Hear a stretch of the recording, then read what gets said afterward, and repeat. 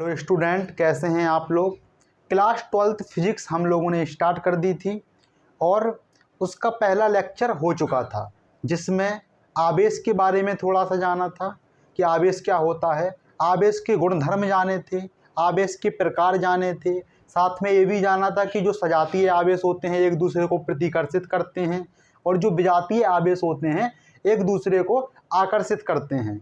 हमने जाना था कि जो हमारा आवेश होता है हमेशा क्वांटाइज्ड होता है, यानी एक निश्चित पैकेट के रूप में होता है, तथा जो हमारा मूल आवेश होता है यानी 1.6 × 10⁻⁻19 कूलाम, उसका पूर्ण गुणज होता है।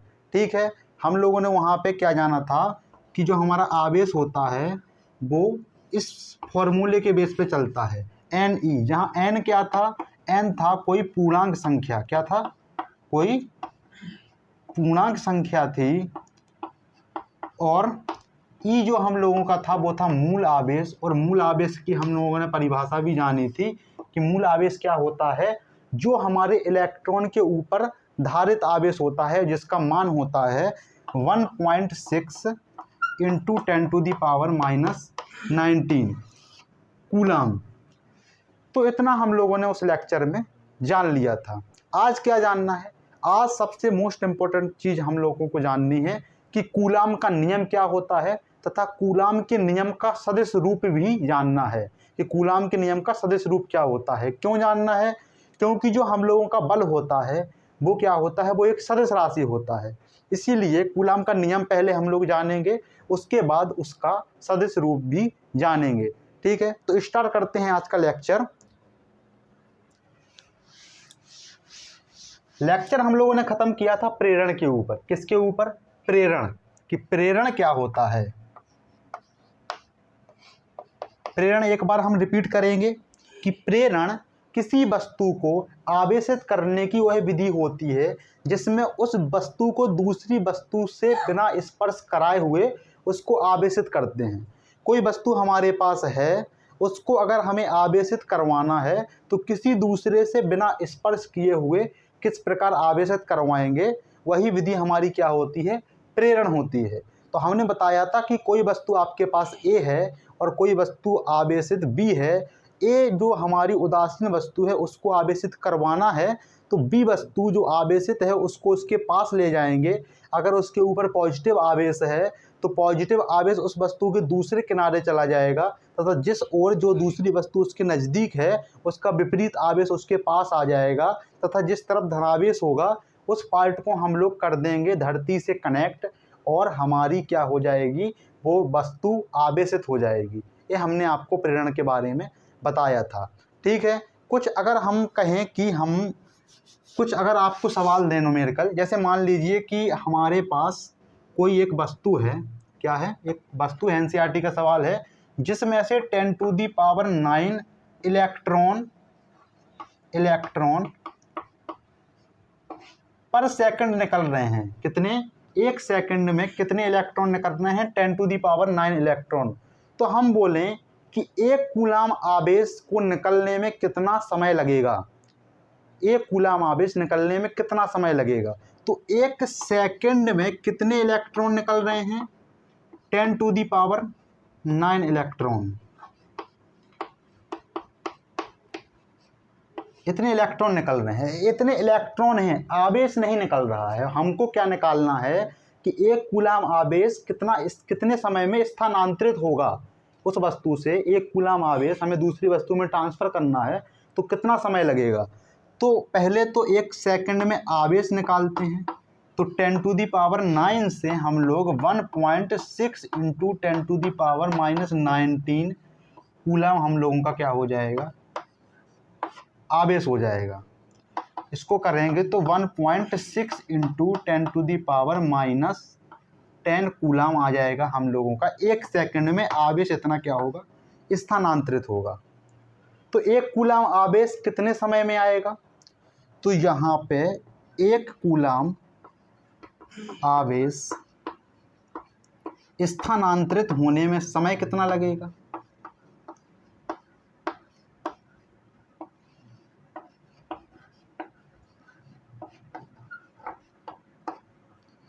तो यहाँ पे बेसिक सी मैथ है कि 1 कूलम बटे 1.6 इंटू 10⁻⁻10 जितना क्या लगेगा, सेकंड समय लगेगा। 1 के बटे में कर देंगे हम लोग तो कितना, उतना हमारा समय लगेगा। इसको और आगे सॉल्व करते हैं, यहाँ इसको सॉल्व कर लेते हैं तो क्या हो जाएगा,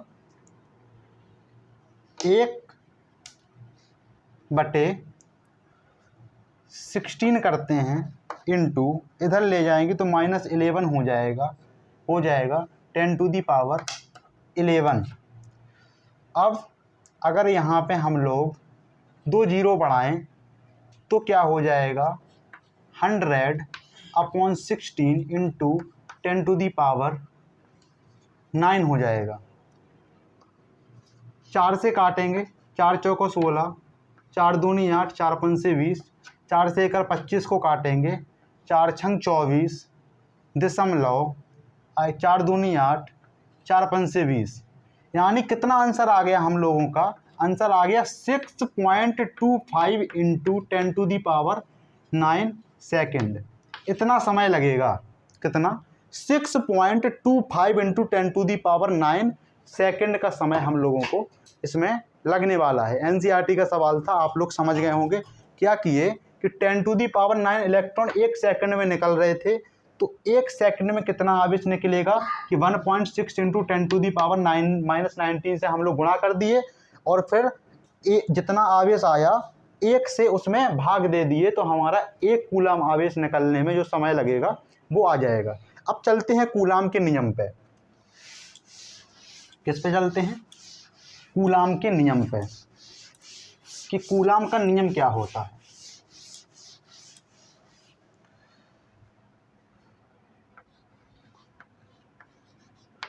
कूलम का नियम। कूलम कौन थे, कूलम एक वैज्ञानिक थे जिन्होंने 2 बिंदु आवेशों के बारे में बताया हम लोगों को कि 2 बिंदु आवेश होंगे तो उनके बीच जो बल लगेगा, उस बल का हम लोग अध्ययन कैसे करेंगे, उस बल का परिमाण कैसे निकालेंगे, इसके बारे में हमको कूलम ने बताया कि हमारे पास 2 बिंदु आवेश हैं और उनमें आकर्षण बल लगेगा या प्रतिकर्षण बल लगेगा, कौन सा बल लगेगा तथा कितने परिमाण का लगेगा, इसके बारे में उन्होंने हमको बताया। तो कूलम का नियम क्या होता है, कूलम ने बताया कि हमारे पास 2 बिंदु आवेश हैं। तो पहले तो आप लोगों को बिंदु आवेश समझना है। अगर किसी आवेश, जो आवेश जिस द्रव्यमान पर धारित है, मान लो कि इतना बड़ा द्रव्यमान है, तो द्रव्यमान से ज़्यादा अगर दूरी होगी, द्रव्यमान से ज़्यादा क्या होगी, दूरी होगी, यानी दूरी काफ़ी बड़ी होगी, तो हम लोग बिंदु आवेश मान लेंगे। यही नहीं है कि बिंदु आवेश के लिए बिल्कुल छोटा सा द्रव्यमान के ऊपर आवेश होना चाहिए या बहुत कम आवेश की मात्रा होनी चाहिए। बहुत ज़्यादा आवेश भी होगा, अगर उनके दोनों की दूरी क्या होगी, बहुत ज़्यादा होगी, तो हमें दूर से क्या दिखाई देंगे, वो बिंदु आवेश ही दिखाई देंगे और उस पर हम कूलम का नियम अप्लाई कर सकते हैं। तो यहाँ ये कंडीशन नहीं है कि कूलम के नियम के लिए बड़े आवेश हों या छोटे आवेश हों, सबके लिए मान होगा, बशर्ते अगर बड़े आवेश हैं तो दूरी ज़्यादा हो और छोटे आवेश हों तो दूरी कम हो, तब भी कूलम का नियम क्या होगा, अप्लाई होगा। ठीक है, तो हम लोग यहाँ पे क्या करेंगे, कूलम का नियम को अब जानेंगे, डिफिनीशन देंगे कि कूलम का नियम क्या होता है। तो कूलम ने बताया कि 2 आवेश हैं तो उन आवेशों के गुणनफल, उन आवेशों के गुणनफल के समानुपाती होता है बल जो हम लोगों का लगता है। यानी कि जो बल होगा वो उन दोनों आवेशों के गुणनफल के समानुपाती तथा वो आवेश जितनी दूरी पे रखे होंगे उस दूरी के व्युत्क्रमानुपाती होता है। अर्थात कूलम के नियमानुसार, कूलम के नियमानुसार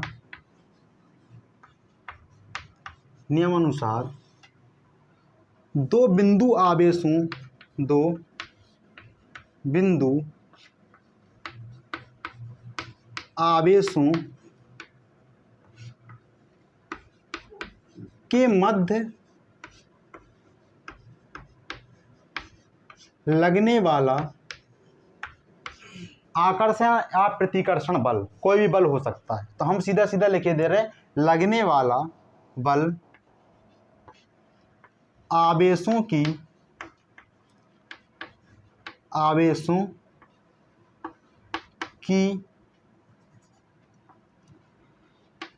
मात्राओं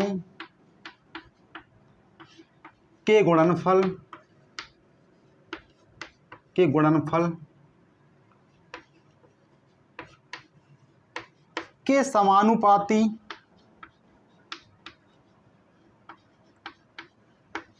समानुपाती तथा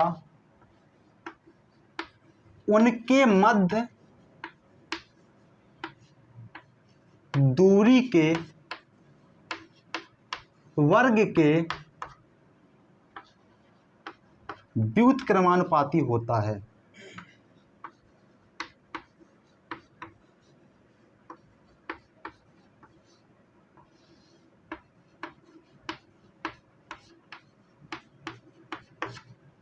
क्या बताया कि कूलाम के नियमानुसार दो बिंदु आवेशों के मध्य लगने वाला बल आवेशों की मात्राओं के गुणनफल के समानुपाती तथा उनके बीच की दूरी के वर्ग के व्युत्क्रमानुपाती होता है। तो यहाँ देखो, हमारा मान लो कैपिटल F फोर्स है, तो वो क्या होगा, वो समानुपाती होगा, एक आवेश हमारा Q1 है इंटू एक आवेश क्या है, Q2 है। ठीक है, यहाँ पे मात्राओं, यहाँ एक शब्द आया था आवेशों की मात्रा, यानी कि आवेशों की जो मात्रा है, यहाँ मात्रा वो नहीं है छोटी ई की मात्रा बड़ी ई की मात्रा, यहाँ मात्रा का मतलब क्या है, उसकी क्वांटिटी के बारे में हम लोग बात कर रहे हैं। किसके बारे में, कि आवेश की क्वांटिटी यानी उसका परिमाण कितना है, उसके बारे में यहाँ पे बात हो रही है। तो आवेश का जो गुणनफल है वो कैपिटल F के समानुपाती तथा जो हम लोगों की इसकी दूरी है वो मान लो r है, तो r स्क्वायर इसकी क्या हो जाएगी, व्युत्क्रमानुपाती हो जाएगी। कैपिटल F गुणनफल के समानुपाती तथा उसके वर्ग के दूरी के वर्ग के व्युत्क्रमानुपाती। तो जब हम लोग जानते हैं एक चीज़ कि जब किसी भी हम लोगों को चिन्ह को, समानुपाती चिन्ह को हटाना होता है तो एक कांस्टेंट आता है। तो पहले यहाँ पे capital is directly proportional to Q1 Q2 upon r square, इतना आ गया। अब इसको जब हम लोग हटाएंगे तो क्या लिखेंगे, कैपिटल F इक्वल टू एक कांस्टेंट आ जाएगा capital K Q1 Q2 upon r square, इतना आप लोग जान गए। इसको हम रब किए दे रहे हैं, आप लोग डिफिनीशन को लिख लेंगे और उसके ऊपर आपको इसके बारे में बताते हैं। ठीक है,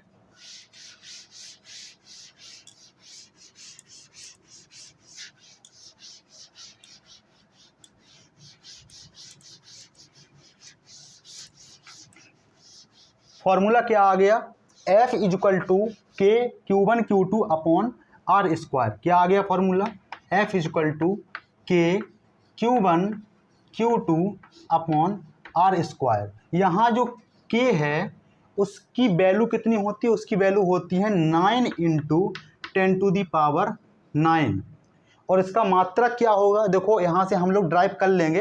F का मात्रक तो हम लोग जानते हैं कि न्यूटन होता है, तो यहाँ पे इसका मात्रक क्या हो जाएगा, न्यूटन, और r जब उस तरफ जाएगा तो हो जाएगा metre square upon coulomb square. क्या हो जाएगा, इस K की जो वैल्यू होती है वो होती है 9 into 10⁹ newton metre square upon coulomb square. ठीक है, आप लोगों को समझ में आया ये कि F इक्वल टू के Q1 Q2 upon r square, ये फार्मूला आ गया। अब इसके बारे में ही हम लोगों को और स्टडी करनी है। जो हम लोगों का ये कूलाम नियतांक है, इसको क्या बोलते हैं हम लोग, कूलाम नियतांक। तो इस कैपिटल K की भी वैल्यू होती है 1/4 पाई एप्सिलॉन नॉट। कितनी होती है, 1/4 पाई एप्सिलॉन नॉट, जहाँ एप्सिलॉन नॉट को हम लोग बोलते हैं निर्वात की विद्युतशीलता। क्या बोलते हैं, निर्वात की विद्युतशीलता,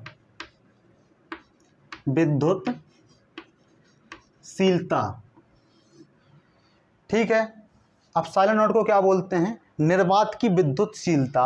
और इसका अगर हम लोग मान निकालें तो इसका मान आ जाता है एप्सिलॉन नॉट बराबर 8.85 इंटू 10⁻⁻12 और मात्रक निकालेंगे तो इसका उल्टा मात्रक हो जाएगा coulomb square upon newton metre square. ठीक है, एप्सिलॉन नॉट की वैल्यू कितनी आ गई 8.85 इंटू 10⁻⁻12 कूलाम प्रति मीटर स्क्वायर। ये आ गई हमारी निर्वात की विद्युतशीलता की वैल्यू। अब हम लोग किसी भी फिजिक्स का कोई भी फॉर्मूला अगर ड्राइव करते हैं तो उसको वैक्यूम में ही मान के चलते हैं कि वो निर्वात में ही रखा है, वो पूरा जो निकाय बना है वो निर्वात में ही रखा है। लेकिन कोई भी जब फॉर्मूला ड्राइव किया जाता है तो उसको लागू कहाँ करना है, हमारी पृथ्वी पे लागू करना है। और पृथ्वी में क्या है, अलग अलग जगह अलग अलग मीडियम होते हैं। ठीक है, तो अब अगर हम लोग इस फॉर्मूला को मीडियम में रखेंगे तो मीडियम की कुछ विद्युतशीलता क्या होगी, अलग होगी। तो हम लोग मान लेंगे कि माध्यम, अगर माना कि माध्यम की विद्युतशीलता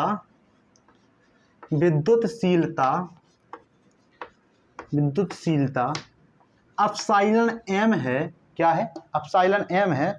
तो हम लोगों का फॉर्मूला क्या हो जाएगा, कैपिटल एफ एम, यानी कि जो निर्वात में जो बल निकालेंगे 1/4 pi epsilon m Q1 Q2 upon r square. Actually formula हमारा यहाँ से निकल के आया कि एफ एम यानी निर्वात में जो बल निकालेंगे 1/4 pi epsilon m Q1 Q2 upon r square. और वैसे जो जितना ज़्यादा हम लोगों का सबसे ज़्यादा फॉर्मूला जो यूज आने वाला है वो हम लोगों का आने वाला है F = 1/4 pi epsilon naught Q1 Q2 upon r square. Numerical solve करेंगे तो सबसे ज़्यादा हमारा कौन सा यूज आने वाला है, ये वाला आने वाला है। अब एक टर्म इसके आगे हम लोग जानेंगे, इतना आप लोग समझ गए कि नहीं समझे, इसको आप लोग नोट कर लेंगे और इसके आगे बताते हैं कि एक टर्म आता है आपेक्षिक विद्युतशीलता। क्या आती है, आपेक्षिक विद्युतशीलता।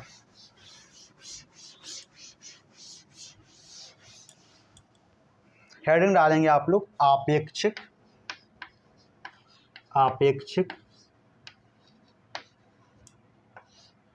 विद्युतशीलता।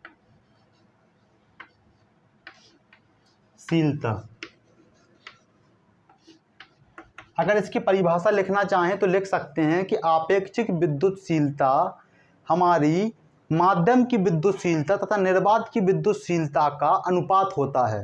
जब अनुपात है तो यहाँ पे इसका क्या होगा, मात्रक नहीं होगा, अर्थात ये विमाहीन राशि होगी।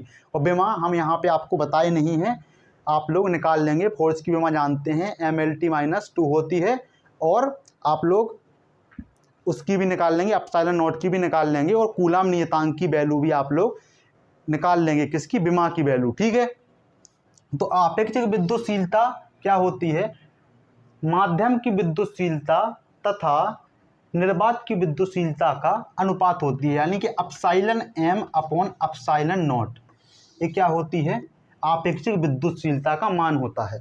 तो अगर इस मान को हम लोग कूलाम के नियम में रखें तो क्या होगा, F = 1/4 पाई, और अगर हम लोग यहाँ पे रखें एप्सिलॉन आर, इसको क्या बोलते हैं, एप्सिलॉन आर से डिनोट करते हैं, आपेक्षिक विद्युतशीलता को एप्सिलॉन आर से लिखते हैं।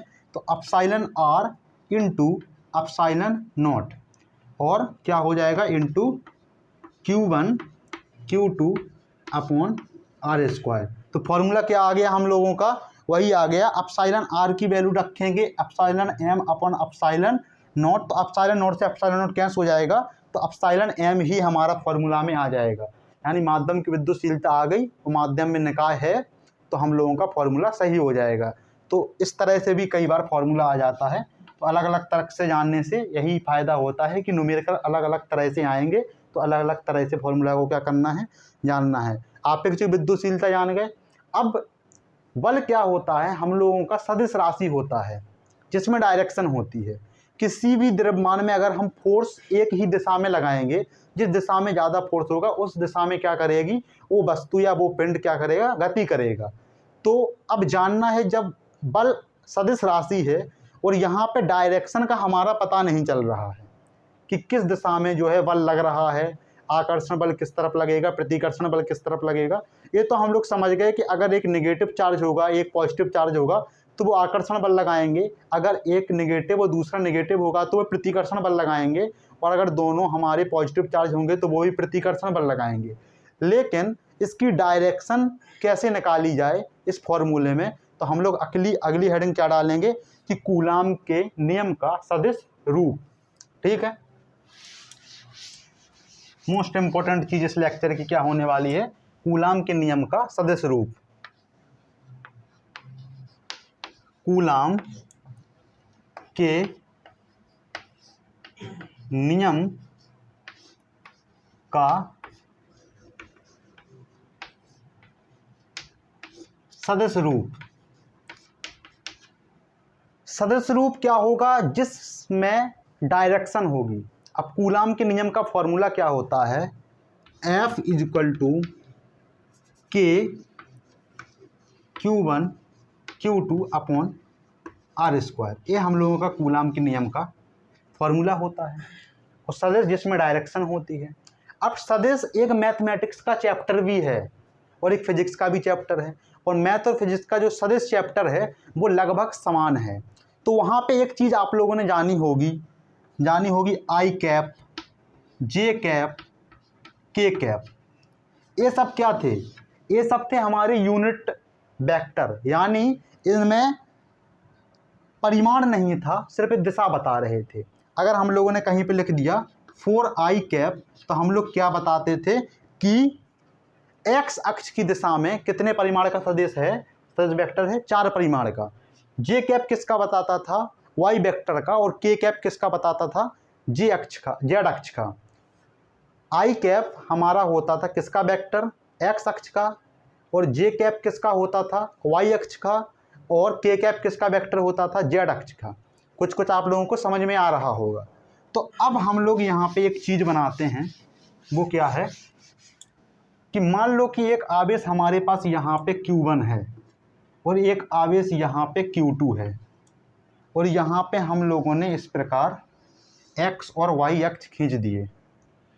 तो अब ये क्या है, हम लोगों का मूल बिंदु है। यहाँ से एक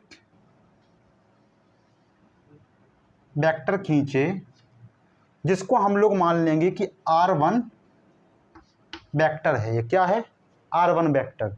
और एक यहाँ से एक सदिश खींचे, इसको मान लिए R2 वेक्टर है। ये दोनों वेक्टर कौन से वेक्टर हैं, स्थिति सदिश हैं, यानी ये Q1 की स्थिति ये वेक्टर बता रहा है और ये R2 Q2 की स्थिति बता रहा है। एक चीज़ और वेक्टर में जानी होगी कि जो हम लोग लिखते थे ऐसा तीर बना रहता था वेक्टर में, तो जो ये लंबाई होती थी ये इसके परिमाण को बताती थी, परिमाण को, यानी इसका कितना परिमाण है। और जो ये वेक्टर का जिस तरफ तीर लगा होता था, जिस तरफ सिरा होता था, वो उसकी दिशा को बताता था। ठीक है, तो इस वेक्टर को लगाने का यही एक मकसद होता था कि क्या होता था कि हमको पता चल जाएगा कि वो राशि सदिश राशि है। ये हम लोगों ने स्थिति सदिश खींच लिए R1 और R2। अब अगर हम लोगों को Q2 पर Q1 के कारण बल निकालना है, Q2 पर Q1 के कारण बल निकालना है, तो तीर किस तरह खिंच जाएगा, इस तरह। ठीक है, कुछ समझ में आ रहा है। तीर की दिशा किस तरफ हो जाएगी, Q2 की तरफ, क्योंकि Q2 पर हमको बल निकालना है। अब यहाँ पे एक बात समझना कि त्रिभुज के नियम से, सदिश के त्रिभुज के नियम से ये वाला जो वेक्टर आएगा इसकी वैल्यू क्या आएगी, अर्थात इसकी वैल्यू आएगी R1 vector plus R2 vector. क्या आ जाएगी, R1 vector plus R2 vector, यहाँ से इसकी वैल्यू आ जाएगी। ठीक है, इस वेक्टर की। अब एक चीज़ और जाननी है यहाँ पे कि Q2 पर बल निकालना है। किस पे निकालना है, Q2 पर, Q1 के कारण। तो बल निकाल लेंगे F21। क्या निकालेंगे, F21। जिस पे बल निकालना है उसको पहले लिखेंगे। F21 वेक्टर बराबर क्या आ जाएगा formula, 1/4 pi epsilon naught Q1 Q2 upon R21 vector हम लोगों का फॉर्मूला आ जाएगा। क्या आ जाएगा, R21 वेक्टर हम लोगों का फॉर्मूला आ जाएगा। यहीं से ये दूरी ही क्या बता रही है, डायरेक्शन भी बता रही है। ठीक है, R21 वेक्टर हम लोगों की दूरी ही क्या बता रही है, दिशा बता रही है। अगर इस तरह लिखा है तो ये सही है, 21 लिखा है और हम लोगों का वेक्टर लगा है, तो हम लोग समझ जाएंगे कि Q1 से Q2 की तरफ क्या है, Q2 पर बल लग रहा है। लेकिन एक चीज़ और जानी थी कि अगर कोई वेक्टर ऐसे लिखा है R21 वेक्टर, तो इसका परिमाण हम लोग लिख सकते हैं R21 वेक्टर, और इसमें इस तरह मोड़ लगा करके ये इसका क्या आ जाता था, परिमाण आ जाता था। अगर हम लोगों को एकांक सदिश लिखना होता था तो उसको किस तरह लिखते थे कि R21 cap equal to R21 vector upon R21 mod लगा देते थे। इस प्रकार सदिश में हम लोग लिखते थे कि R के ऊपर वेक्टर लगा के R21 मोड़ लिख देते थे, यानी परिमाण से परिमाण कैंसिल हो गया तो उसकी सिर्फ डायरेक्शन बचेगी। क्या बचेगी, ये इसका परिमाण है इसका और ये डायरेक्शन है, तो परिमाण से परिमाण कैंसिल, तो एक एकांक सदिश बचेगा जिसमें परिमाण क्या होगा, 1 होगा, और 1 किसी से इनटू होगा तो उसका परिमाण में कोई डिफरेंस नहीं आएगा। तो ये क्या है, यूनिट वेक्टर खींचने का एक हम लोगों का फॉर्मूला है। तो अगर हमें यहाँ से ये वाला वेक्टर सदिश अगर हटाना हो है तो हम लोग इसको किस तरह लिखेंगे, इसको लिख सकते हैं 1/4 pi epsilon naught Q1 Q2 upon R21, और यहाँ पे खींच देंगे R21 कैप, यानी एक एकांक सदिश खींच देंगे। क्या लिखा है ये, इसको रब कर देंगे तो आप लोगों को फॉर्मूला, इसको हम नीचे लिख रहे हैं, स्पष्ट नहीं दिख रहा होगा कि 1/4 pi epsilon naught Q1 Q2 upon R21। अब हमने वेक्टर नहीं लगाया है, सिर्फ परिमाण लिखा है, क्योंकि यहाँ पे दिशा बताने के लिए हमने R21 कैप लिख दिया। और NCERT में आप लोग इसको पढ़ रहे होगे तो कन्फ्यूज हो रहे होगे कि ये क्या चीज़ है। तो ये कोई चीज़ नहीं है, ये सिर्फ डायरेक्शन बताने के लिए खींचा गया एकांक सदिश है। क्या है, यूनिट वेक्टर हम लोगों ने यहाँ पे खींचा हुआ है। ठीक है, सही बात है। अब अगर हम लोगों को Q1 पे निकालना होगा तो एक बात जानते हो कि परिमाण तो इसका सेम है क्योंकि दूरी तो सेम है, लेकिन डायरेक्शन अपोजिट होगी। तो डायरेक्शन अपोजिट होगी तो इसी में क्या हम लोग अगर F12 वेक्टर अगर हम लोगों को निकालना है तो क्या इसी में माइनस लगा देंगे तो काम नहीं चल जाएगा, काम चल जाएगा। यानी अगर Q1 पे निकालनी है तो जो 21 हम लोगों ने निकाला था F21, तो F12 में माइनस लगा के F21 की ही वैल्यू लिख देंगे, अर्थात परिमाण तो सेम रहेगा, दिशा अपोजिट होगी तो माइनस लगा के काम चल जाएगा। ठीक है, इतना समझ में आ गया। तो इतना ही था हमारा कूलाम का सदिश रूप। कूलाम का सदिश रूप समझ में आया होगा, सिंपल लैंग्वेज में बताया है। सदिश पढ़े होंगे तो अच्छे से समझ में आया होगा, नहीं पढ़े होंगे तो अगर 1-2 बार रिपीट करके देखेंगे तो शायद आपको पता चल जाएगा। और अभी नहीं समझ में आएगा तो आगे अगर सदिश पढ़ेंगे या किसी लेक्चर सदिश का देख लेंगे तो वहाँ पे ये चीज़ें आपको क्लियर हो जाएंगी कि एकांक सदिश क्या होता है, डायरेक्शन क्या होती है। ठीक है, इतना आप लोग समझ गए। तो फिर आज का